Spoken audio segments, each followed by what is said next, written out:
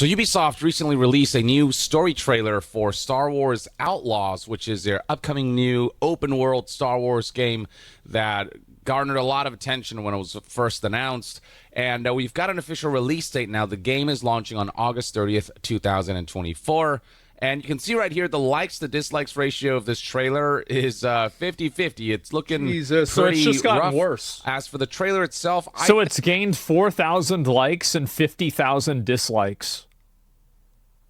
That sounds pretty bad. I think it looks kind of neat. I think there's a lot of potential here, though whether that's Really? realized or not obviously depends on how the game launches. Yeah, I'm going to be honest. I'm going to have to disagree with that. I think that there is literally zero potential in this. I cannot imagine a real person who would get excited about this game.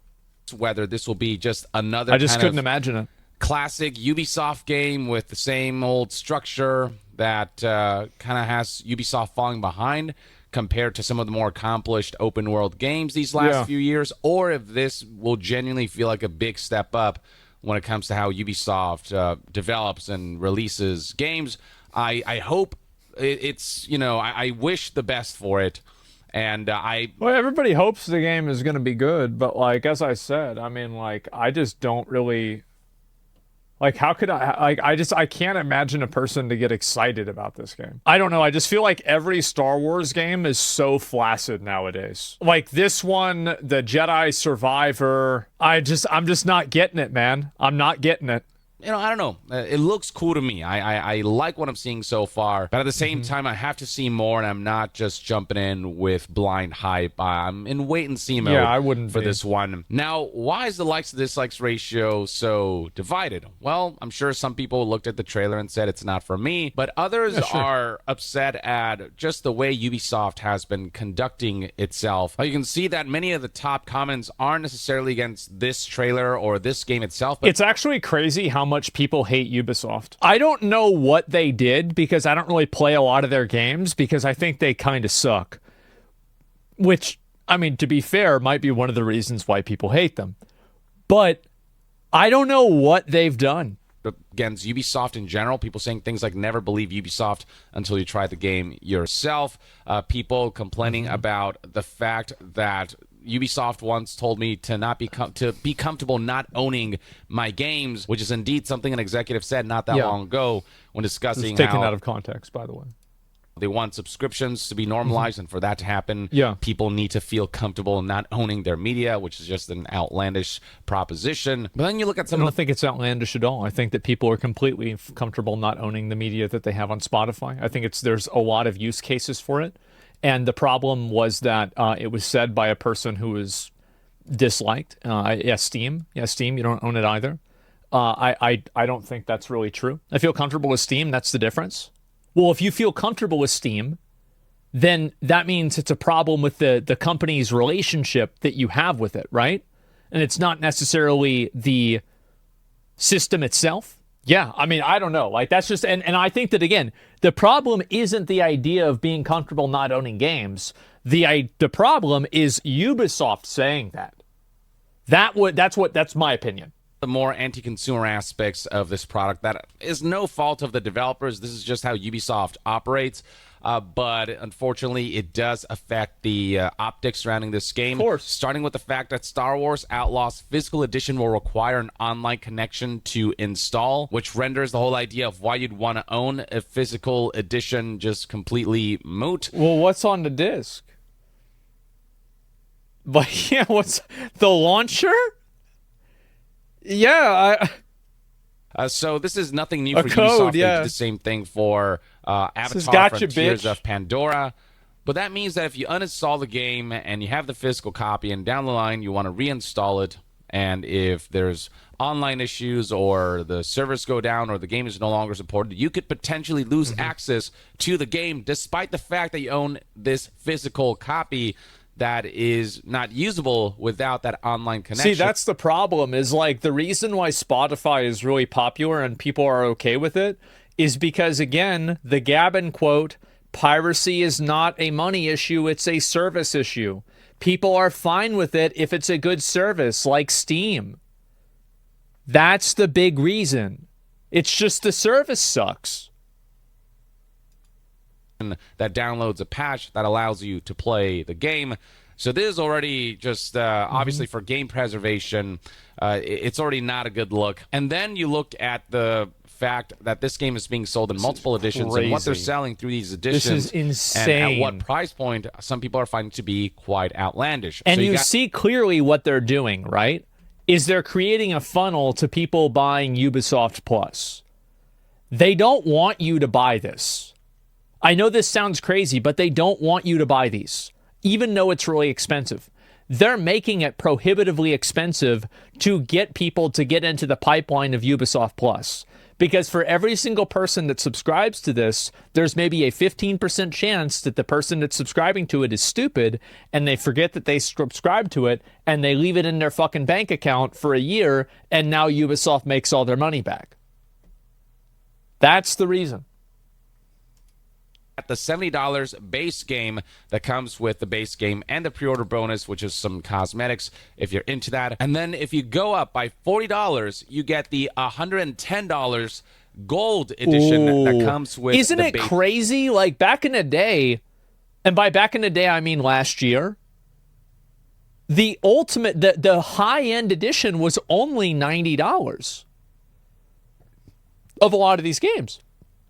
It was only $90. And now, even the second edition is over $100? That's crazy.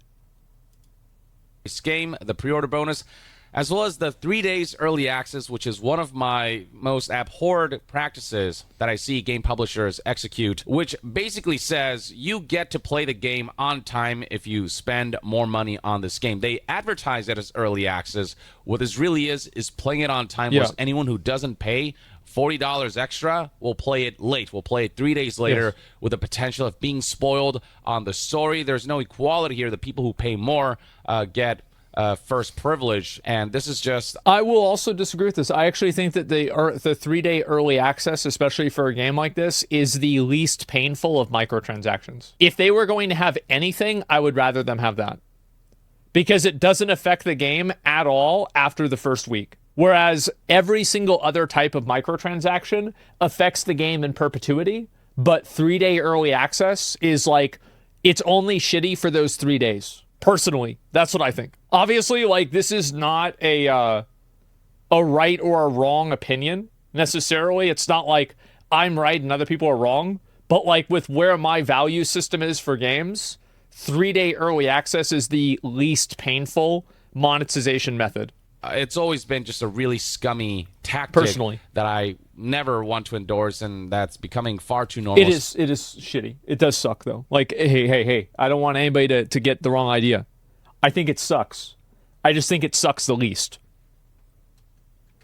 Especially where Ubisoft is concerned. And then we have the Season Pass, which comes with 2 DLCs that will release after launch. Which is like, that's what's so crazy. It's like, you're spending, like, what's the difference here? $30? $40? It's $40.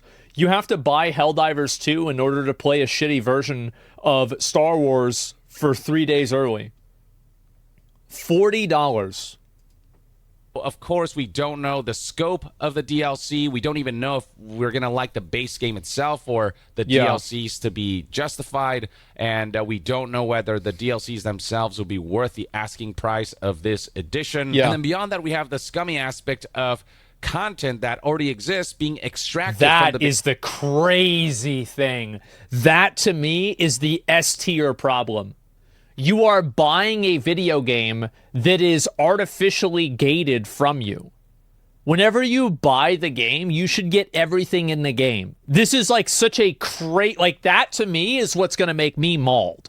Like, I don't care about a 3-day early access. Oh, who cares? On day 5, it's gone forever. But the missions are in the game like that forever. And this is starting to happen more. Have you guys noticed this? That you're seeing more and more content be locked behind, like, it's basically I feel like day 1 DLC should be unacceptable. Now, obviously, my opinion on what I think gamers should do doesn't really matter all that much, does it? But that's still what my opinion is. I absolutely fucking hate this. I hate this so much. Day 1 DLC. So the game is artificially worse for you to spend more money. What a disgusting paradigm. Game so that they can sell it back to you at a premium. The Jabba's Gambit exclusive mission is available at launch through this season pass. And then there's the Kessel Runner character pack featuring additional cosmetics for Kay and Nyx. So it's cosmetics on top of gameplay content, on top of DLCs whose scope and quality we don't know. Like, imagine you couldn't do the Sphinx quest line in Dragon's Dogma 2 because you didn't get the $130 edition of the game. People need to stop eating dicks. It's getting bad. Therefore, it's hard to define whether the price point of a lot of dicks. $110 it's for bad. this edition is justified. And notice how, more expensive editions... And also, somebody says it should be illegal. It should not be illegal. It absolutely should not be. That's massive government overreach.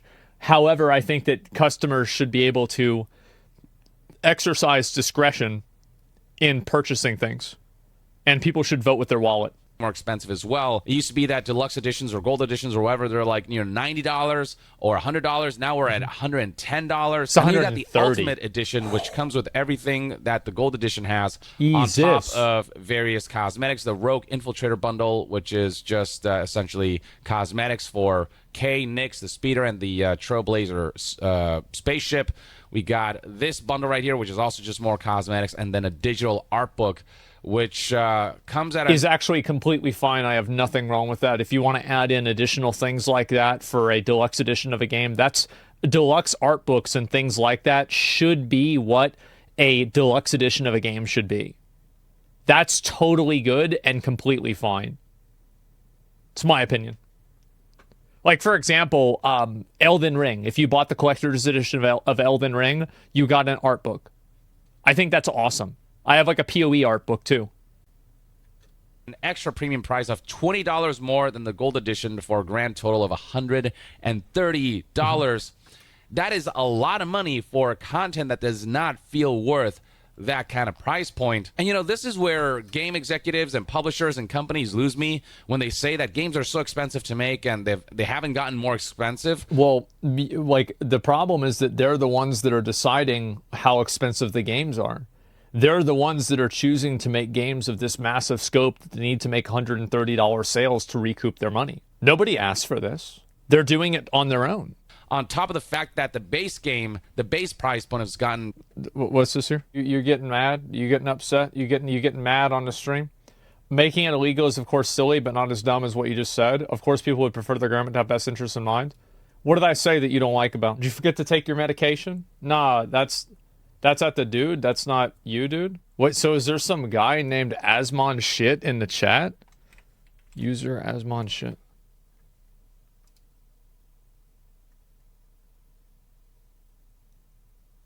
Oh.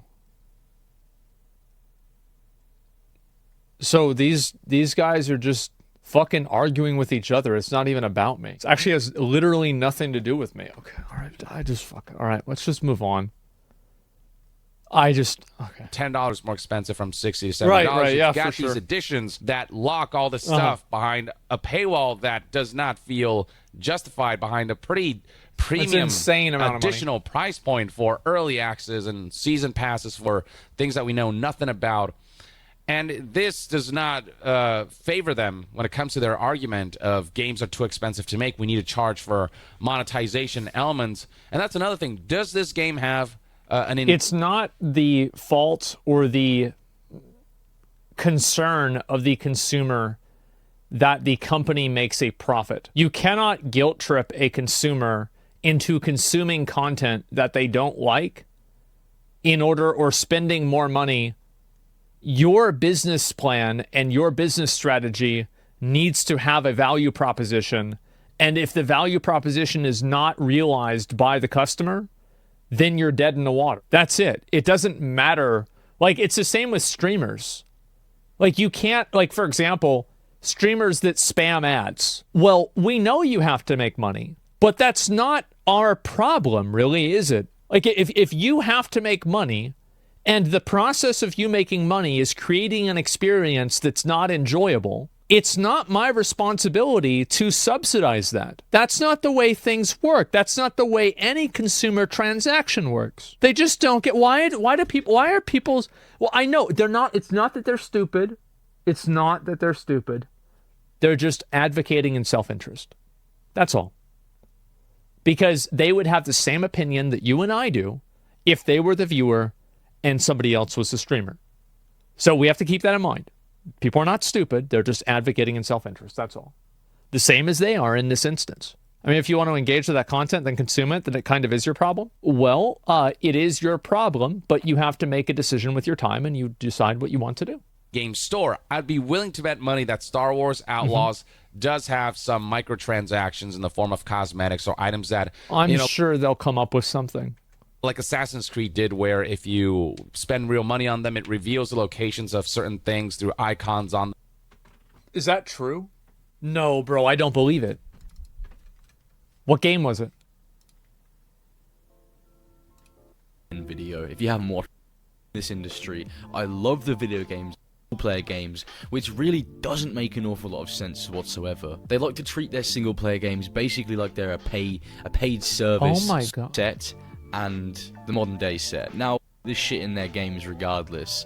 It doesn't fit with the Assassin's Creed brand, but it's gonna be there regardless, you know, from things that you can get for free in the main game anyway. But that's not it. There's another pack that's coming out too. You got the modern day pack. Now, this is a little bit more concerning because not only is the mount a reskin, but it looks like the actual outfit is essentially a reskin as well.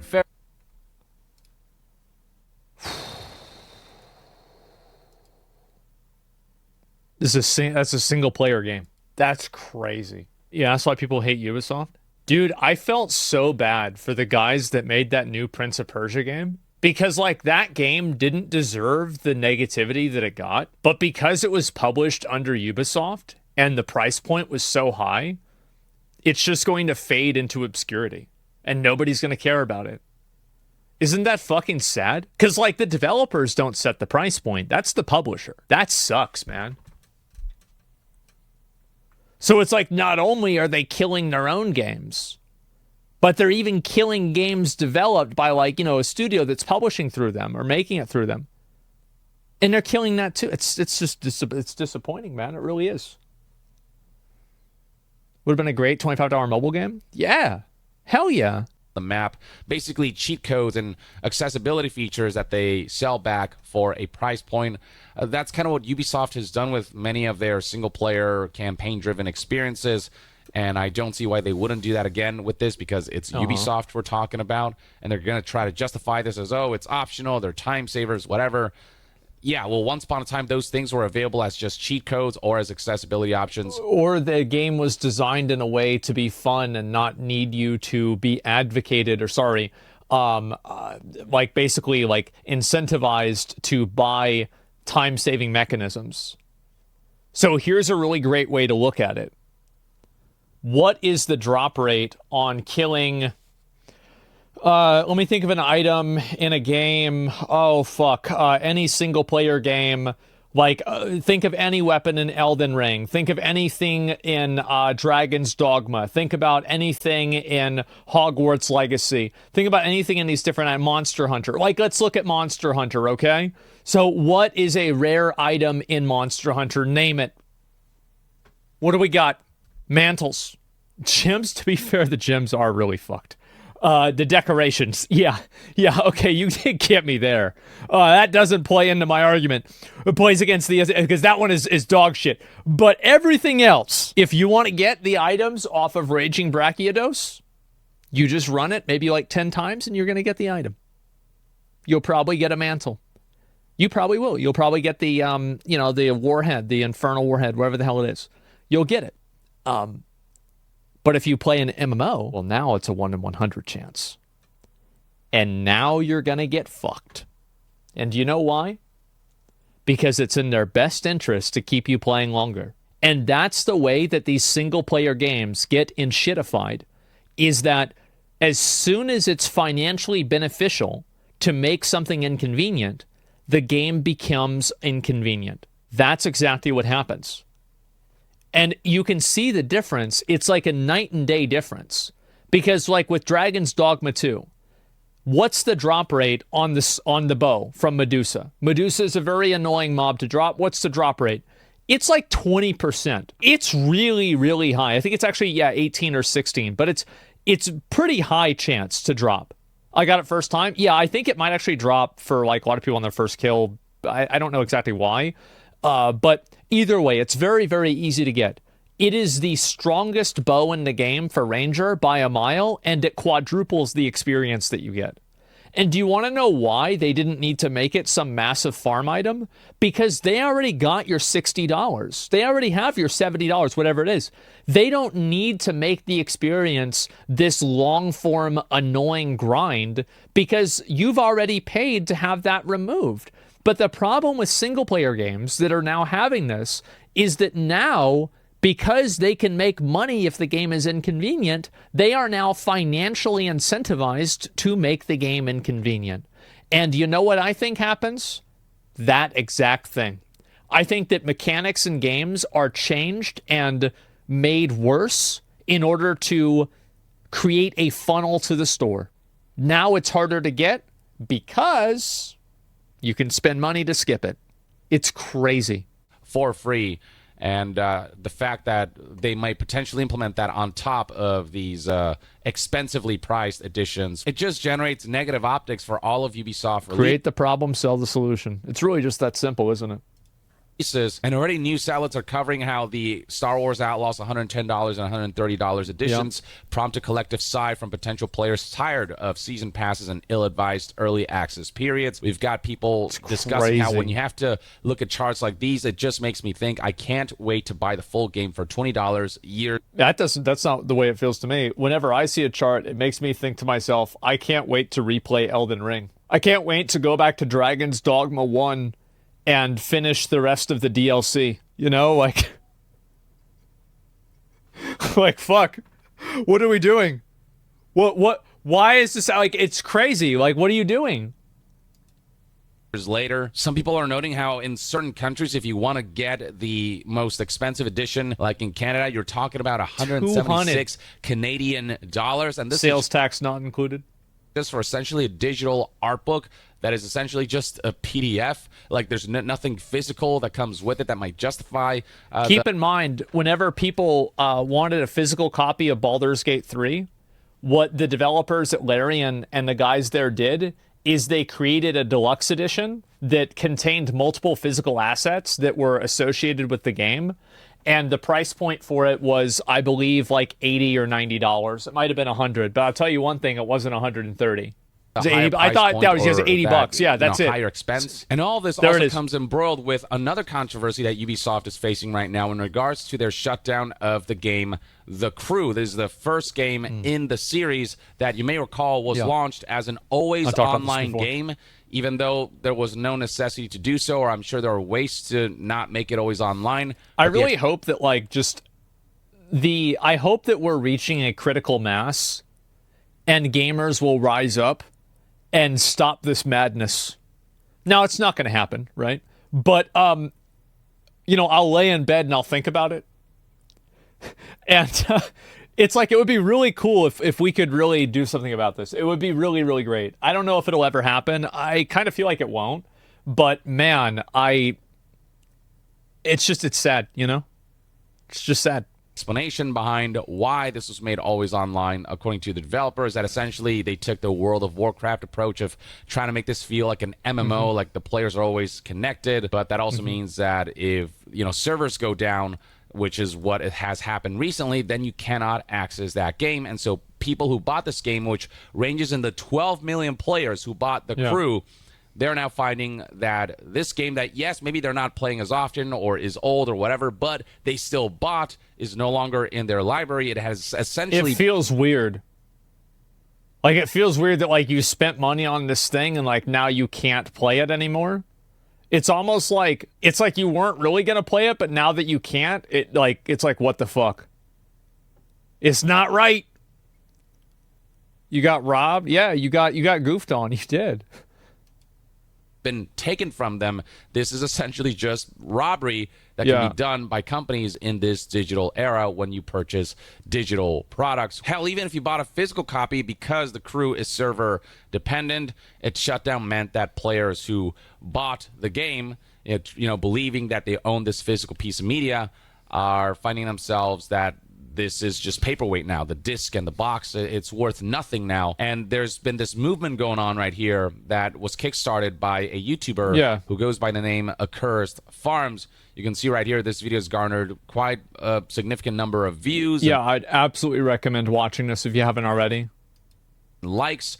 And this essentially just kind of highlights the issue of how game preservation is struggling right now, how a very small percentage of games released throughout gaming history has actually been preserved and is accessible in an official capacity. And he's calling on people to reach out to their local government to look into this issue and to essentially try to stop this or force companies to take actions that ensure that games are preserved and people have access to the things that they bought, that they spent money on. So right here we have StopKillingGames.com, and the Crew, Ubisoft's The Crew, is sort of at the center of this, but it's not just about the Crew. It's about game preservation in general. I think it's Stop Killing Games is a better name, so I'm not saying they should change the name, but it's really Stop Killing Games Preservation. Nobody would have a problem with Ubisoft shutting down the servers if there wasn't a imminent impending doom of any other private server that's running getting shut down. That's the issue. It's that nobody else can do it. And also right here, the video game The Crew, published by Ubisoft, was recently destroyed. What if a live service game is closed, it becomes abandonware? It effectively is. And I agree with you. I think that that's exactly what the distinction should be. I completely agree with you. That's perfect. Destroyed for all players and had a player base of at least 12 million people. Due to the game's size and France's strong consumer protection laws, this represents one of the best opportunities to hold a publisher accountable. Keep in mind, it's France because Ubisoft is based out of France, in case anybody wasn't keeping up. For this action. If we are successful in charges being pressed against Ubisoft, this can have a ripple effect on the video games industry to prevent publishers from destroying more games. If one company is held accountable, then other companies will look at that and go, oh shit, we could be held accountable for this as well. And they might actually be forced to take measures to take efforts to preserve games and to stop stripping products that consumers bought away from them. So if you go to this website, you can find essentially a guide on how to reach out to government officials and to issue official petitions and stuff to those governments across various regions. So check this out if you're interested in that. But yeah, this is already a controversy that Ubisoft is embroiled in, and this certainly isn't helped by the fact that Star Wars Outlaws requires an internet connection even if you own the physical edition.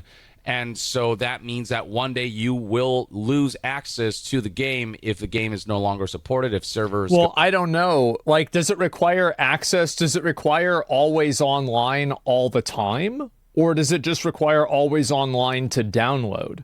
Because I remember reading it and it said that you had to go online to download it. But, like, there's no reason that a game like Star Wars Outlaws should require always online to play. I didn't see that. I want to know that right now. Ubisoft did confirm that you'll be able to play Outlaws offline once you've installed it. Okay, so this is fact. Okay, that's actually good for Ubisoft. Good for them. This is... they did the bare minimum. That's crazy. People constantly denying it, I have no idea. Yeah. Well, no, I get it, right? And like people want to be mad at the company, but again, it's very important to be mad about the right things. Let's not joust with windmills here. Let's not fight ghosts. It's just to install it. It's stupid, but it's not that big of a deal. Go down. And then we add all of that on top of the way a Ubisoft executive decided to put the notion out there that people should get used to and feeling comfortable about not owning their games because, well, you know, with the digital era, you don't lose your progress. If you resume your game at another time, your progress file is still there. That's not been deleted. You don't lose what you've built in the game or your engagement with the game. Basically saying that your progress will carry on forever because it'll live on digitally, which is horseshit, by the way. And ironically, Ubisoft's The Crew is proof of that because not only did you lose access to all of your progress, surrounding that game, but you lose. I mean, you don't even need to use Ubisoft as an example. Obviously, it's the best example because it's clearly them talking about it. But it's also, think about all of the gacha games that have gone into service. All of your waifus are going into the void. The entropy of capitalism has pulled them apart and destroyed them. They don't even exist anymore. That's it. It's over. Access to the game as a whole because it no longer exists. When you add all of these different things up together, it's no wonder why sentiments surrounding Ubisoft and their upcoming releases aren't entirely positive, even if people want to be hopeful that Star Wars Outlaws will actually be a really great boundary-pushing Ubisoft game and a really great Star Wars game, and I hope it is, but the negative PR surrounding Ubisoft right now is certainly understandable based on the way they're conducting themselves with certain corporate publisher practices and some of the things that they've said in recent months. It's just an outrageous price point. And, like, I think that it's so hard for me to defend early access for a game because I do think that functionally it's not a big deal. But, like, for $40 and you also get the day one DLC. So basically, like, in order to get the game in the way that you would have purchased it 10 years ago, you have to pay $40 extra above the $70 price tag? That's insane, man. Day one DLC. Yeah, what the fuck?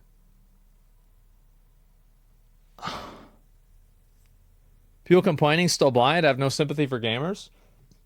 Well, I'll buy these games because it's my job, but for you guys, my best advice is to watch streams, watch YouTube videos, and educate yourself about what you're spending your money on, and don't buy things that you don't want to buy. Don't spend money on things. Don't reward business practices that you find are unfriendly.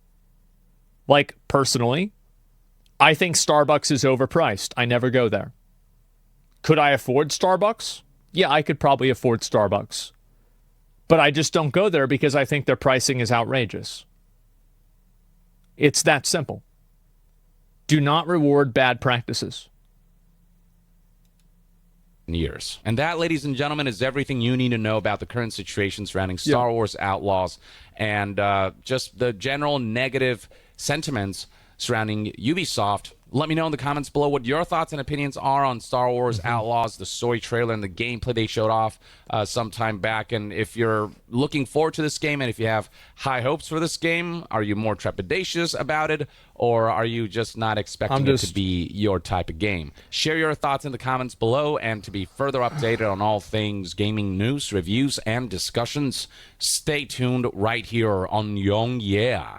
I'll see you guys next time. Young out. I think that he's totally right. I do. I think that, again, people have to start holding these companies accountable by not spending money on them. Because how is it that, for example, Hoyoverse can make $400 million off of an anime girl banner, but people don't want to spend $130 on this game? It's all about the value proposition and people feeling like they're getting what their money's worth is. Because there's new content that comes out for those games all the time. They're getting stuff all the time. It's simple as that. Yeah, that's the reason. Or Coomer gambling addiction? Yeah, but I feel like there's more to it than that. Gacha games have crazy update schedule? Yeah. The extra $60, there's nothing. Yeah. Yeah, you have to buy the game for this too. It's like, this is my general like vibe check on what customers are okay with. If you buy a game at a AAA price, like over $40, the game should have little to no microtransactions at all. If you buy and it's no longer being developed, right? So like buying an expensive game and the game is in a fixed state. So that means like buying Elden Ring or buying Baldur's Gate 3 or buying Dragon's Dogma 2, something like that. Like, they're not doing regular updates to the game. There aren't seasons for the game. It's just you're buying a single player game and it is what it is. That means no microtransactions, right? And it definitely means like no regular ones that are bullshit. So that means like literally no microtransactions. High-end price, fixed state game, no microtransactions. I also think that buying a high-end price game that is continuously developed, people are not happy about, but okay with having microtransactions that are cosmetic. I think, for example, like something like Diablo 4. People might not make fun of it a lot, but the truth is people are generally okay with that because the game is continuously getting new content. And so the value proposition of you give us money for microtransaction stuff and then you get content back, okay, that's understandable. Destiny 2, yeah, there's other examples of this. And then you have the cheaper games that have the same thing. And I think also the only no-go there is pay to win. If you have to buy a game and the game has pay to win, people are pissed. And the point where it's okay to have that, and all microtransactions are basically okay, are free-to-play games. So with free-to-play games, people completely understand and are totally okay with microtransactions if they're cosmetic, and a lot of people are even okay with some microtransactions that are pay-to-win so long as the game isn't PvP. So, like, developers need to understand what that vibe check is. Like, do you guys, what do you guys think about that? Like, is that a correct assumption of the way that people view things? Because I feel like that's the mental foundation, pretty much. Yeah, for sure. It's pretty accurate. Yeah, I was having this conversation with somebody the other day, and I figured I'd just run it by you guys, because I told them, like, that's what I think, but it's like, yeah, what do people actually think about this? There's so many good games out now. I've lost interest in this game. I'll just play something else. Yeah, it's common sense, but these companies are literally blinded by greed. Well, it's also here. Let me link you guys the video. Give it a like. This is a pretty fair video. I liked it.